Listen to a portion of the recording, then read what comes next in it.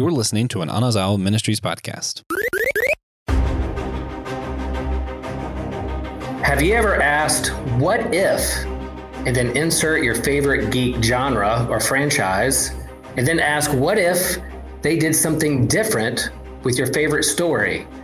Well, of course you have, because you're a geek, and that's what us geeks do. We ask what if all the time. And so this episode is episode 45. What if Luke Skywalker stayed in Dagobah to finish his Jedi training? So Keno and I are going to wax poetic and think about all the possibilities when it comes to Star Wars and what if, and get into that.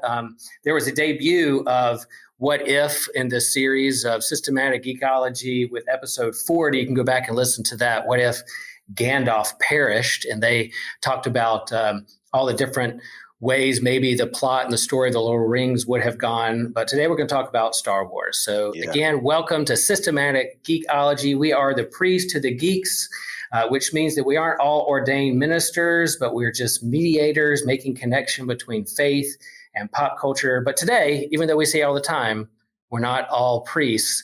Today, your two hosts happen to be ordained pastors. Yes. So today, you get two ordained priests to talk with you today about what if. I'm Will Rose. I am the parish pastor at Holy Trinity Lutheran Church in Chapel Hill, North Carolina. And right before we hit record, Keno and I were talking about how we're both Tar Heel fans and all the joy and the dismay that goes with being a Tar Heel fan. So yeah, we're glad you're here. Keno, who are you? Where do you serve? What do you do? So I'm Keno Cannady, and I serve as the pastor of Union Bethel AME Zion Church in Cornelius, North Carolina, which is a small town north of Charlotte. And yes, I am a huge Carolina fan, to the point where I don't even watch the games anymore because I don't want to break my TV. But yeah, Keno, what else are you geeking out on these days? So I am currently watching Demon Slayer. Even though I have watched the manga. I mean, not watched the manga, I read the mangas. I'm excited now to see the anime bring to life the beautiful pictures that are in that book. It's a great storyline. So that's what I'm into right now. What about you, Will? Yeah, that's great. The the whole, like, I read a lot of comics, a lot of graphic novels, and then when they come to the big screen or to the small screen or to TV, you love to see like the interpretation. And we're talking a little bit about that today. Like, you love a story and you want to see it up on the screen. You know what the sad part is? It's just too much TV to watch. It's still too much TV to watch. It's like it's so much stuff that I have in my queue on Netflix and Disney Plus. Well, Disney Plus, I watch everything anyway. But it's like I can't watch it all. I cannot watch it all, and literally have to just sneak away and just spend 5 hours watching something where nobody calls me. But you know what? As a pastor, somebody's always going to call you about something. Yeah, I have the goal. Like the whole family goes to bed, and I'm like, all right, I'm a carve out. 11 to 12:15. I'm gonna watch this show, and then 11:15 comes around, and I'm gonna sleep on the couch, and I have to go back and rewatch it and fall asleep in front. Yeah, for Book of Boba Fett, I was waking up Wednesday mornings at like 6 o'clock in the morning, fixing my coffee, telling my dog to be quiet. Sit beside me, bud. We're not ready to get up. We're just going to watch this together while everyone still sleeps, because I know throughout the day I was going to be getting texts, and I want to be able to go on social media without spoilers. So I was being intentional to go to bed Tuesday night a little earlier so I could wake up Wednesday morning, watch the show, and then if I want to watch it again that night, I'll do that. But that was kind of my pattern for those kind of priority shows, like that. But for me with Boba Fett, I would not be on social media. I would wait until after Bible study to watch it. Just as a little treat. As a little treat afterwards. Everything is done, relaxing now. I can sit down and catch your breath. Yeah. There you go. Cool. Well, that's a good segue, because we're going to be talking about Star Wars today. That big what if posed the question of what if Luke stayed on Dagobah. But a little kind of background on what if. So I think people human beings have been what ifing forever when it comes to our lives, when it comes to our family trees, when it comes to our favorite stories, the endless possibilities that are out there. But Marvel kicked off a what if comic book series in 1977. And the first issue was what if Spider-Man joined the Fantastic Four?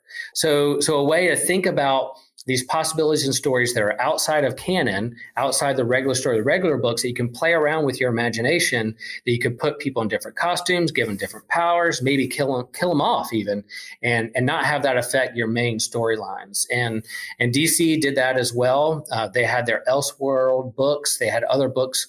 They didn't call it What If because Marvel, that was their phrase, but they called it different things, Elseworlds or multiverse. And so they would play around with stories like, what if Lois Lane became Superwoman? Or what if Superman's spaceship landed in Russia, rather than Smallville? I saw that movie. Oh yeah, it's good. It's a Mark Millar storyline where Russia uses Superman as kind of like their weapon during the Cold War, rather than this good old farm boy who grows up with great parents, and that goes back and forth. So this idea of thinking about what ifs, what would happen, and we did it in episode 40 about what if Gandalf really did die, how that would affect the entire Tolkien universe and Middle Earth. And so Marvel does that too. And so it's just a great creative way to think about the stories we love and do that. And I think about my own life too, like, what if my parents decided to stay and live in the mountains after their first year of being married, rather than moving to Wilmington, North Carolina, the beach. I would have grown up a mountain guy rather than a beach bum. And maybe I would have grown up hiking and snowboarding rather than tan on the beach and surfing all the time. So how would my life be different in the choices I were made? So my dad taking that job, my life would have been a whole different if he hadn't taken that job. And I'm sure you, Keno, thinking about like different alternate timelines or choices you make would affect our whole life stories. Yeah. And the interesting thing is that one choice can impact and change the trajectory of anyone's life. And the great thing is that though we don't know, but having the possibility of thinking about what if that were to happen and what it could look like is a good thing, because truthfully, you can then decide, hey, maybe I can try this thing out. It might not be like this, but it might give an opportunity to try something else. And so looking at this whole what if scenarios and what your life could be, and especially in comics, it actually enhances the scope of the work of art that we see before us. But not only that, but it draws us in to then, as fans, we can say, hey, this could be possible. That could be possible. Then sometimes that the movement can happen, that the fans can influence what somebody, the writers write, and that can then be manifest in that way. So what if?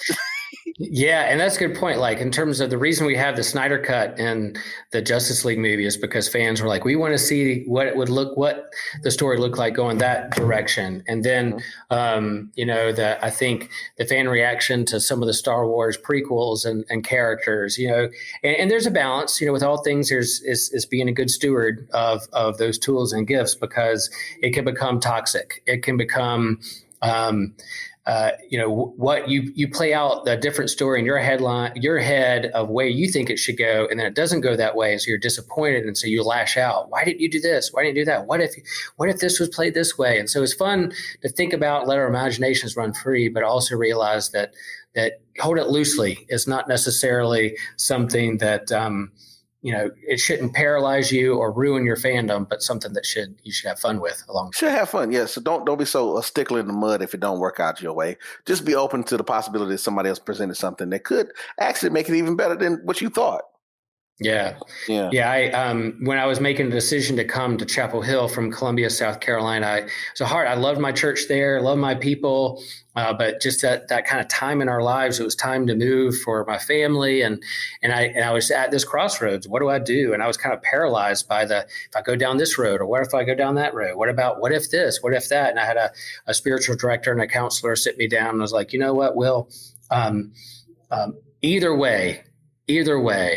God's going to bless it or redeem it. And I was like, wow, okay, God's going to bless the choices I make. Or if I go down a wrong road, or maybe it's not the choice that's the best ideal thing, but God's going to redeem it and make good come out of it. So that kind of trust, hopefully those what ifs can help us and be a tool for us rather than a sense of regret, a source of regret. Yeah, or just paralyze us from making any decisions at all. Trust that whatever decision we make, God's going to walk with us through it. Yeah. Well, look at us. We're already preaching, so we're going to go down the road. So today's topic, with Marvel, DC, you could pick any geek franchise, and there's kind of what if scenarios. Multiverse is very popular right now. Alternate timelines. You could do it with Harry Potter. You could do it with anime. You could do it with video games. And video games give you those kind of choose your own adventure. What if you make these decisions and play out different ways too?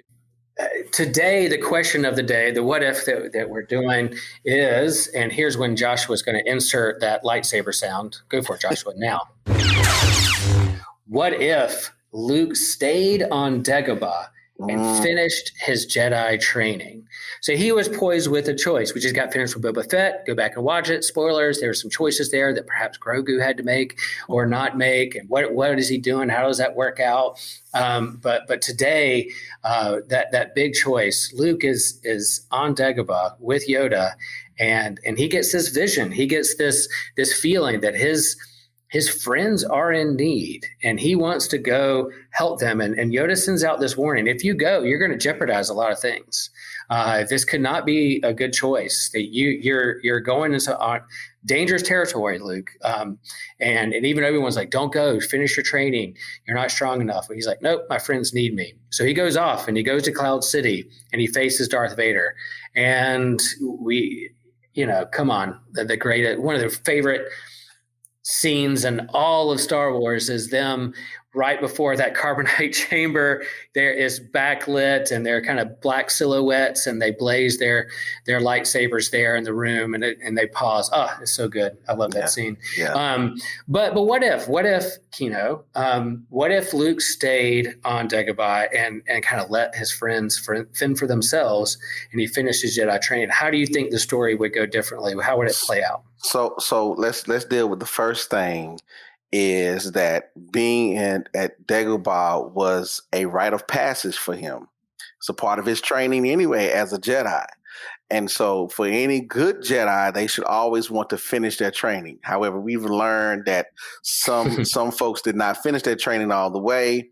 And so they get lured into the dark side, or they fall away, i.e. Ahsoka. You know what I'm saying? And so with that being said, then we have to identify Luke's desire to be there for his friends. But if he chose to stay, would he be okay with his friends dying? I'm just saying, like, would he be okay with his friends dying and knowing that, hey, I saw the vision, and I like, okay, I'm gonna stay here, and then finding out that they died. Now, I'm not saying that they couldn't have. They probably could have survived, more likely they would have. But still, let's deal with that. Like that could have possibly made him choose to go down on the dark side. I'm with. Oh, there you go. You see, because think about it. Grief and sadness is the gateways into the dark side, where you don't deal with your negative feelings, as they would say. Then it leaves you susceptible to the dark side of the force. Yeah, and there's precedence for that with his family tree with Anakin, right? Yes. Anakin did the same thing, and he had grief, whether it was his mom or Padme. He was dealing with some grief that he hadn't dealt with, and that's what led him down that dark path. And I do think that seems like the Jedi, as much as we love them, as much as we want to root for them, man, they make some wrong choices along the way. Whether it's like this kind of dogma of like no attachments, or them arguing that Anakin's too old, and then they get to Luke, and Yoda says the same thing. He's too old. I'm like, didn't you learn anything from like Anakin? What are we doing? Right. You've been on Dagobah. You should have been praying about this, communing with the Force, and yet you're still making these same kind of decisions in your way about Luke. But I'm with you. I think if Luke stayed on Dagobah and finished his training, his friends would have met a more perilous end. Not saying they would die, but maybe they were hurt or whatever it would have been. And that would have been the path for Luke to go down the dark side. But that he would have been like, "Why are you betraying me? You made me choose this over my friends, and at my friends' expense." And I think that could have been a gateway for him to go down the dark road. Yeah, and what would be scary is that then you would have Luke, and then Vader and Palpatine all on the dark side. Now, then, and with that happening, let's Luke just say, you know what, I'm just too stricken, and then he have another vision and see who his dad is, and go see him, right? And Vader goes and knows, okay, I know I'm your father, so come on, let's join me, and we can then overtake the Empire and do take out Palpatine, because you know that there's the rule of two. Only two Siths can be be around at the same time anymore. It has to. So all of that plays into the narrative of like, if he stayed and he does, and something tragic happens and he blames himself, then it leaves him susceptible to going down the dark side. And then we could have had, Vader takes over, or the Sith, the rise of the Sith, or something. I don't know, but then that would have opened us up to where now we have someone to be mad at, because then we would possibly blame Yoda. Not Yoda, but not Yoda. But Yoda would be a part of the issue. Yoda and Obi-Wan and that whole whoever's left of this kind of Jedi Council that's hanging out there. Right. And so then who do we root for? Who do we root for? Yeah, and so what if you can sniff out that there's an ulterior motive for Darth Vader's like, join me, we'll rule the universe. We'll keep this from Palpatine. We'll keep this from Darth Sidious, and we're going to overthrow him. Then you and I will be the ones who will take over the universe. But hanging out there that we didn't know at the Return of the Jedi and Empire Strikes Back and New Hope, we didn't know that Ahsoka was still alive. Right. So would Ahsoka sniff that out and be like, wait a minute, I'm seeing something else play out, and she's behind the scenes, so she could have come into play with a more kind of, instead of light, dark Jedi, there's this more gray where she has a different take on this kind of dogmatic Jedi religion, and she builds up her kind of rebel alliance against things. So that's kind of fun thing about what's Ahsoka's story if Luke and Vader team up, because she knows who Vader really is. Right. But I also like to think that if Luke senses good in Vader, that's still his father. I like to think of this scenario of like Luke choosing to stay on Dagobah, his friends meet their tragic end, and then he turns to the dark side. And as Palpatine's manipulating Luke to the dark side, that Vader's like, I don't want this to happen again. And maybe perhaps Vader's like, no, I'm not going to let this pattern. I'm going to break the cycle in the Skywalker family tree. Yeah. He's still going to kill Palpatine and go like, no, Luke, this is not the way to go. As he's seeing his own life play out, and his son is like holds up a mirror to Vader where he's like, I don't want this to happen. So that good in him, he still brings balance to the Force. Yeah. He still is the chosen one to overthrow Palpatine all those years. Yeah. And so they both can perhaps live, or maybe Vader dies still because he's old and he overthrows him. But then Luke understands that there was still good in his father. So that's the story in my head that I kind of play out. That's interesting. So then you said it, and that would be it. Still meshes with the original storyline that there is a chosen one that will bring balance back to the Force, and instead of Luke, is actually Anakin, who then recognizes, hey, that this is not good. There are some things that I realize I made a mistake on. Okay, hey, that's interesting. Yeah, that's interesting. So then, what if he stays on Dagobah, finishes his training, and his friends survive? Right. Oh, So like let's say in his vision he sees them they're in a perilous situation, they need some assistance, but it's not him because he don't see all the way that how it plays out, but it's someone else who helps them. And so instead of leaving, he still stays and becomes a Jedi Master to then reestablish the Jedi Order. Yeah. Like we've been seeing throughout the movies anyway. Yeah, I like that. I wonder what his relationship would be with his father if he stayed and trained and never got that "I'm your father" moment. Would that "I'm your father" moment come anyway? Would he become a Jedi Master? Would eventually Obi-Wan and Yoda break the news to him? Yep. I know I've been sharing this truth from a certain point of view that seems very passive aggressive, manipulative from my point of view. Come on, be honest. And we don't have to show our cards all the time. Luke, there when he first meets Obi-Wan in New Hope and he's sharing about the Clone Wars, if he would just said, "Yep, your father's Darth Vader," and he's now taking and he told the whole story, Luke couldn't have handled all that then. He wasn't mature. No, yeah. It took 3 movies. It took many years for him to grow. I mean, look, you try to tell 20-year-old Will Rose some things, he's not going to hear you. That soon to be 50-year-old it's a little bit more palatable now than it was then. So I'm not saying they have to tell him everything, but would you still get that "I'm your father" moment? Or would they break the news to him? I think or that would he see that division? I think you will still get "I'm your father" moment. However, and what you were just finishing up was saying I think he would probably get that in a vision.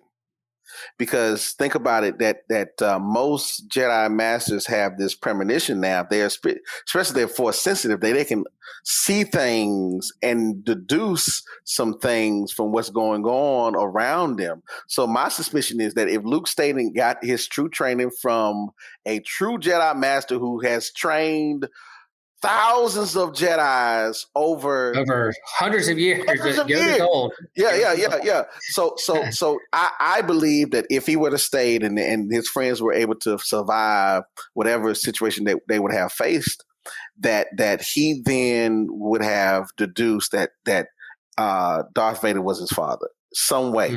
I believe that it would have been revealed to him through the Force that Skywalker was not Skywalker, but Vader was his father.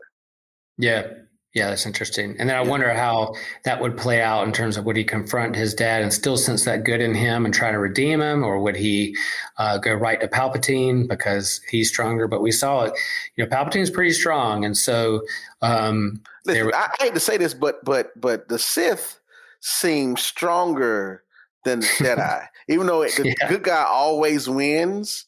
It seems that they're more open to technology and other stuff because we saw Palpatine. In those sequel movies, he was cloning himself out. But it's interesting that when you look at the other narratives that brought in about to enhance the storyline, especially when you look at the Sith and the Jedi's in themselves, you begin to notice how there's a desire to know more. This is just me talking.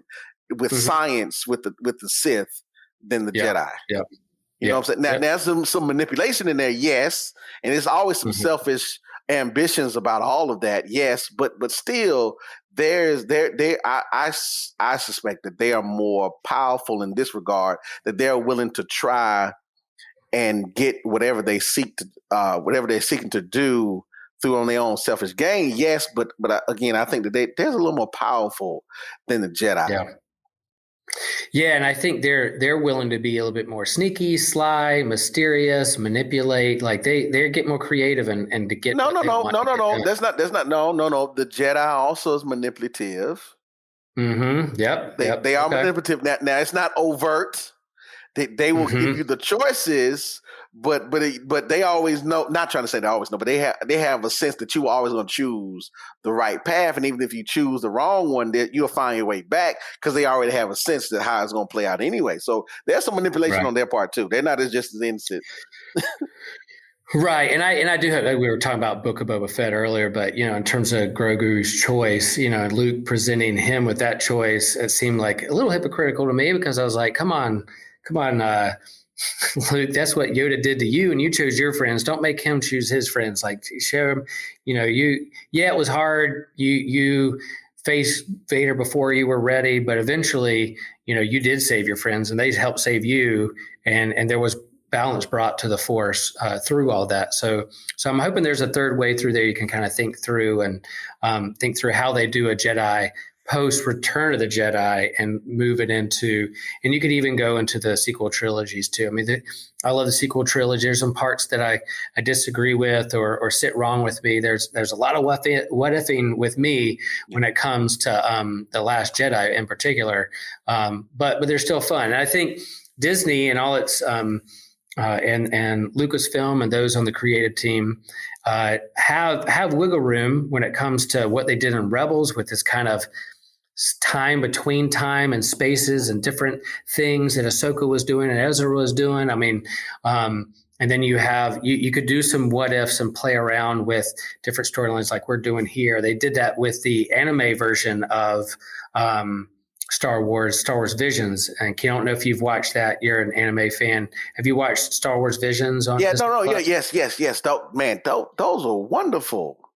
Wonderful. And a way to tell a story of here's a different angle of looking at this Star Wars universe from a different perspective. And you could perhaps do that, play around with some animation like Marvel did with the MCU and some of the animated. You don't have to get all the actors in a room and paying millions of dollars. You could play around with some animated version of Star Wars of maybe this is a possibility, or stories between stories, or what if do the same thing. Those are always the what ifs between the stories between stories are always enhances the original storyline because I know for me it causes me to think back on okay, so where is this in the storyline? Where does this take place, and how is this all playing in? If this happened in the background, because think about it.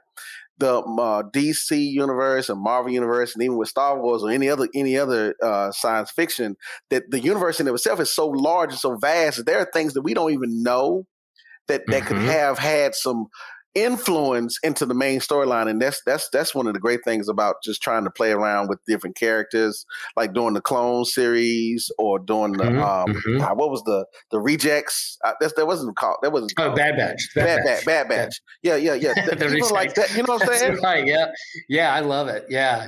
And like, where they show up? Wait a minute. There's no mention of them in that movie. I'm like, yeah, it's a big universe. It's a big solar system. There's a lot going on. It's a big world. I don't have to know everything that's going on in Georgia or Florida, but there's things happening, in those stories, and that's kind of fun to think about. And again, the endless possibilities of what you can bring in is a lot of. So I got one more what if, and then we can move on. Yeah. All right. So what if Luke stayed? He finishes his training. And Leia comes and is sent to come to Dagobah, and he trains her. Oh, I love that. Yes, because we do know that she's force sensitive.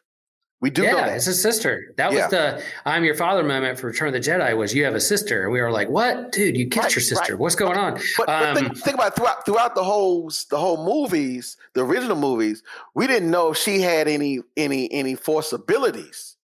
Yeah. You know what I'm saying? It was only after. Gosh, what was that movie? I can't think of it now. Where the ship blown up and she. Oh yeah. That was Last Jedi. That was Last Jedi. Thank you. Yeah. That's when we learned that she was forced. So what if she made it to Dagobah and were able to train too? All right. Okay. Yeah. All right. We got a few more minutes here, folks. We're not going to wrap up just yet. Keno sparked some imagination in me. So, all right. So Luke stays on Dagobah. Han is taken off to Jabba's palace. It doesn't work. Maybe, God forbid, Chewie gets killed. Right. Or something happens. And then Leia's like desperate. Then Obi-Wan shows up to her and says, all right, you're the one who's going to help bring balance to the Force too. And I need you to come to Dagobah and team up with your brother, and you guys train together. And so before you even get I am your father moment, you have a I am your sister moment. Yeah. You have a brother moment, and they team up as twins, they're twins.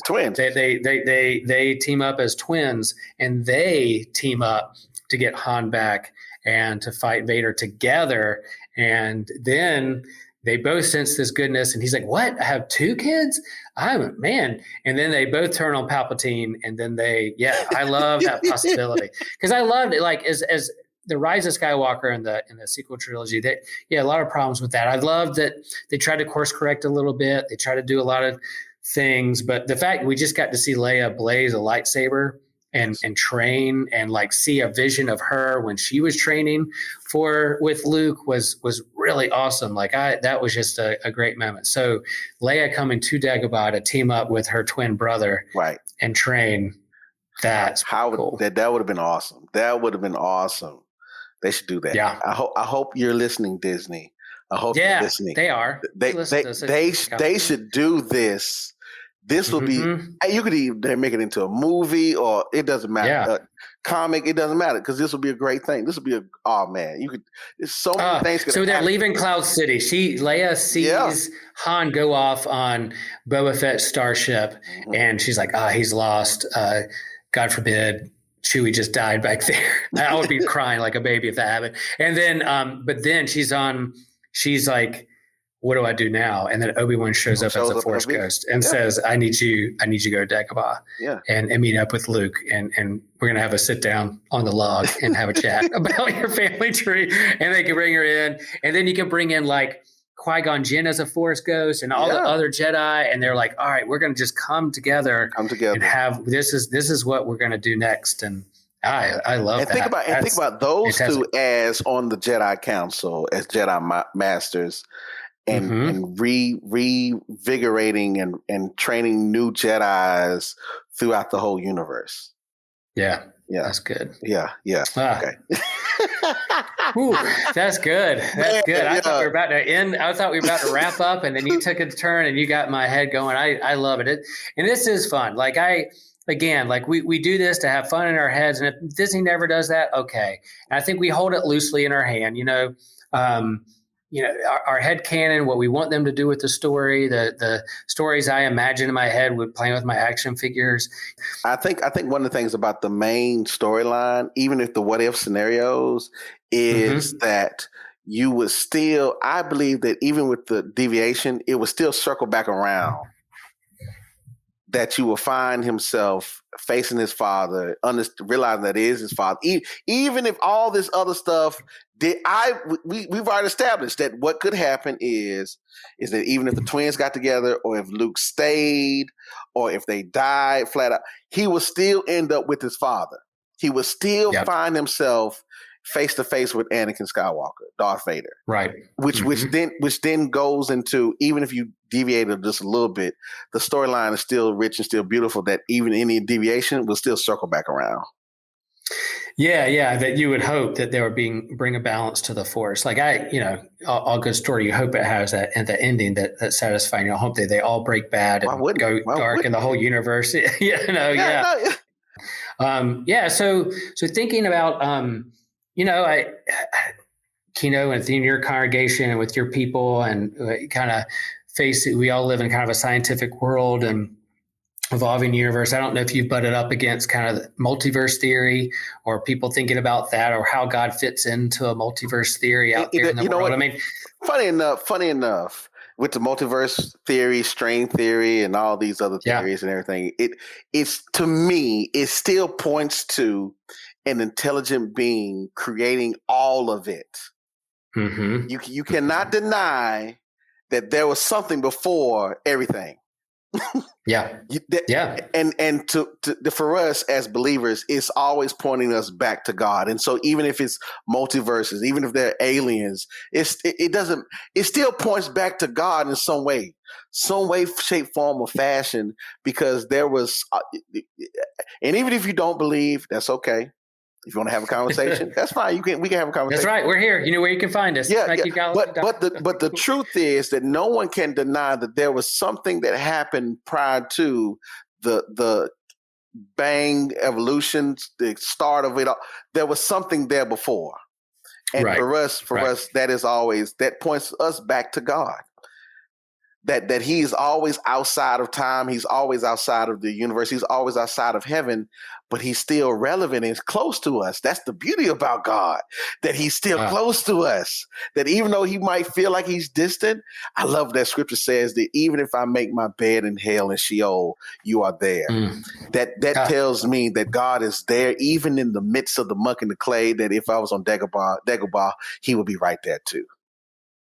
Yeah, we look at the universe and the stars and how grand it is. And even if there's like all these multiverses and it goes on and on and on and all these different things, there's still like, from a Christian perspective, we have a God that took the form of flesh and bone, that was born in a manger, that Jesus often used parables about, seeds and the small and what seemingly is the insignificant. And so sometimes we look at the grand universe and the endless possibilities are out there. We may feel insignificant, but yet Jesus always points to those things, the lost, the forgotten, as being significant and important, whether it's a lost coin or the parable of the seeds or whatever it may be. God finds us and says, no, you are important. You do matter. Your matter matters. Yes. And so, I think, our church does a lot with church and with faith and science, and there's a lot out there that they can challenge our faith or think through how we interpret scripture. But even with multiverse, it always seems like it could be used as a wraparound to say, no, there's no God, because it's just endless possibilities of multiverse and things. But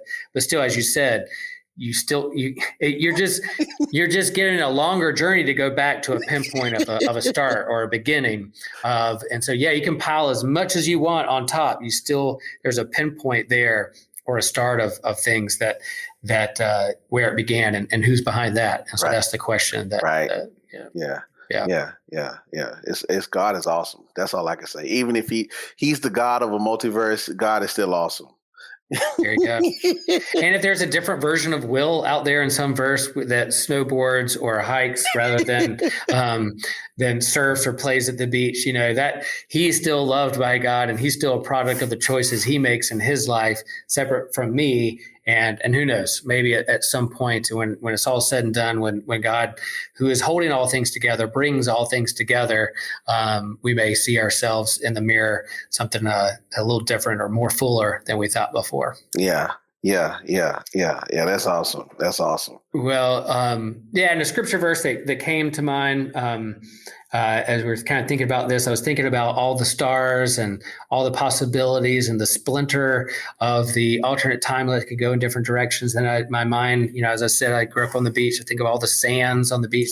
Science will say that there are as many stars in the universe as there are sands, but there's this verse in the Psalms from 139, verse 17 through 18. It says, "How precious to me are your thoughts, O God, how vast the sum of them.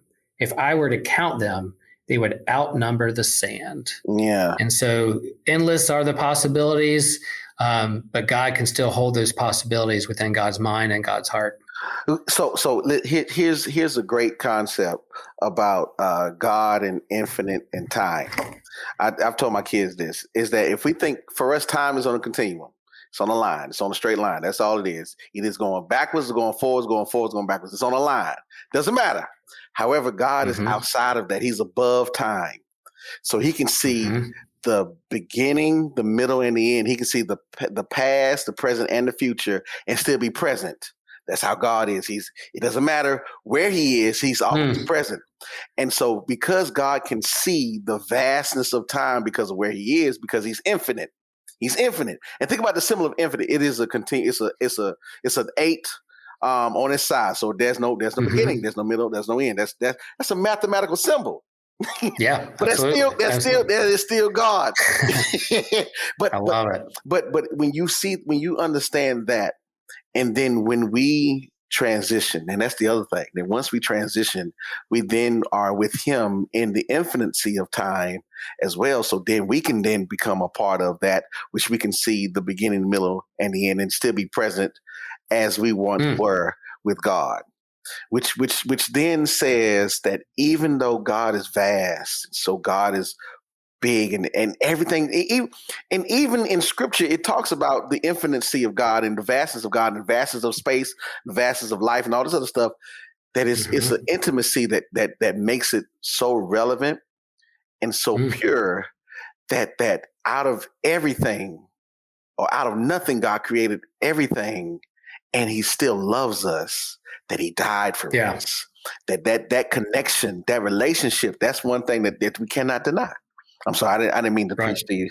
No, I love it. And you talking about being infinitely present, that God is infinitely, eternally present.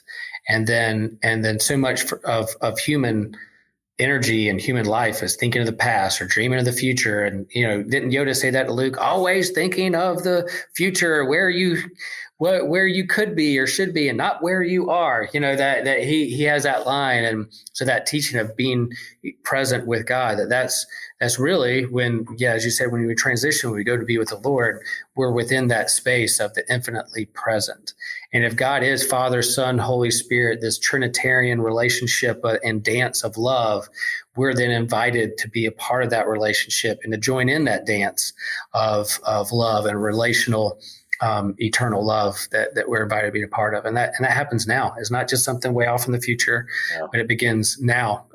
And that's what we're trying to promote in systematic geekology in the midst of all these stories, that hopefully these stories that we love and that we consume, that entertain us, hopefully they also challenge us and help us think the bigger picture of where God's place is in our lives, in our own timeline. And that's kind of what we seek to do.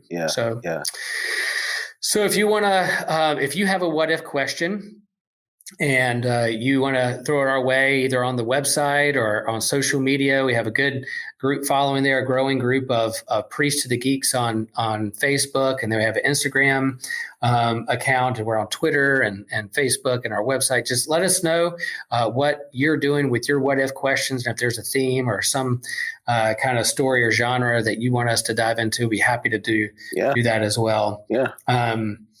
So Keno, any as we wrap up here, what's your recommendations for folks out there to geek out on, if there's something out there that you want to recommend to folks?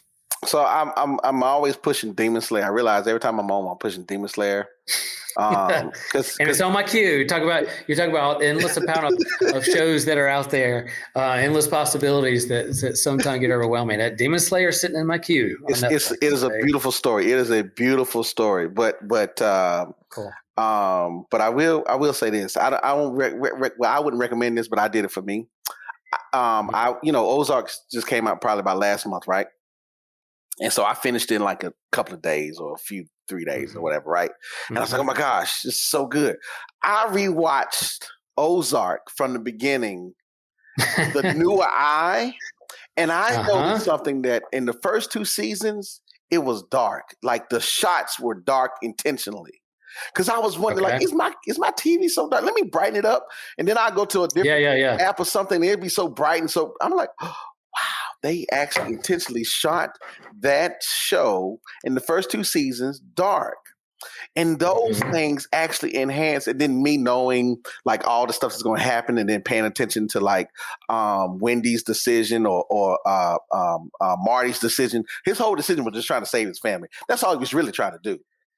And all of that. But anyway, this is a great show. So what I rewatched Ozark from the beginning with a different eye, just trying to pay attention to the nuances and the things that happen.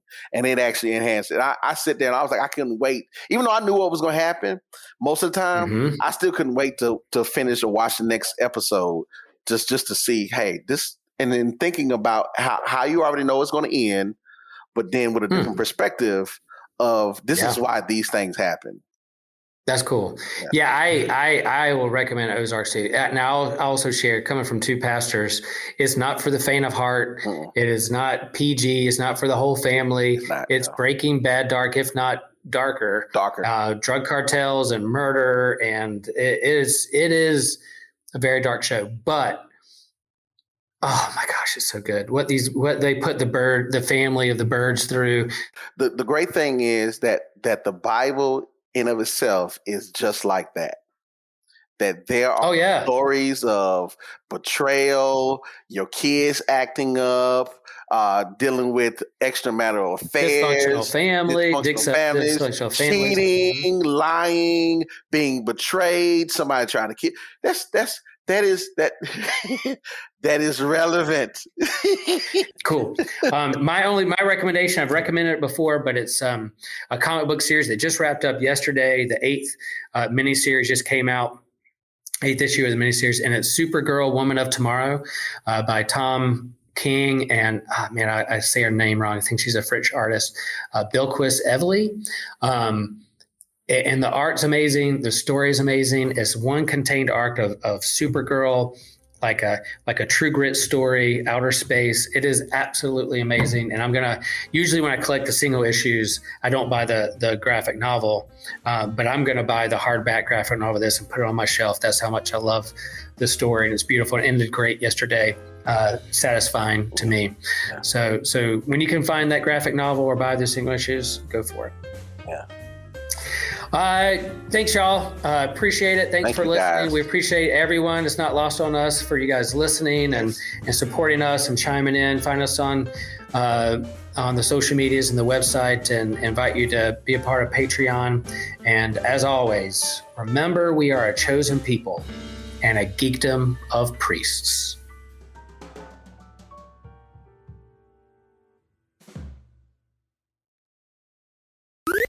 This was an Anazao Ministries podcast. If you enjoyed this show and would like to learn more about our network, be sure to check out the Anazao Ministries Podcast Network.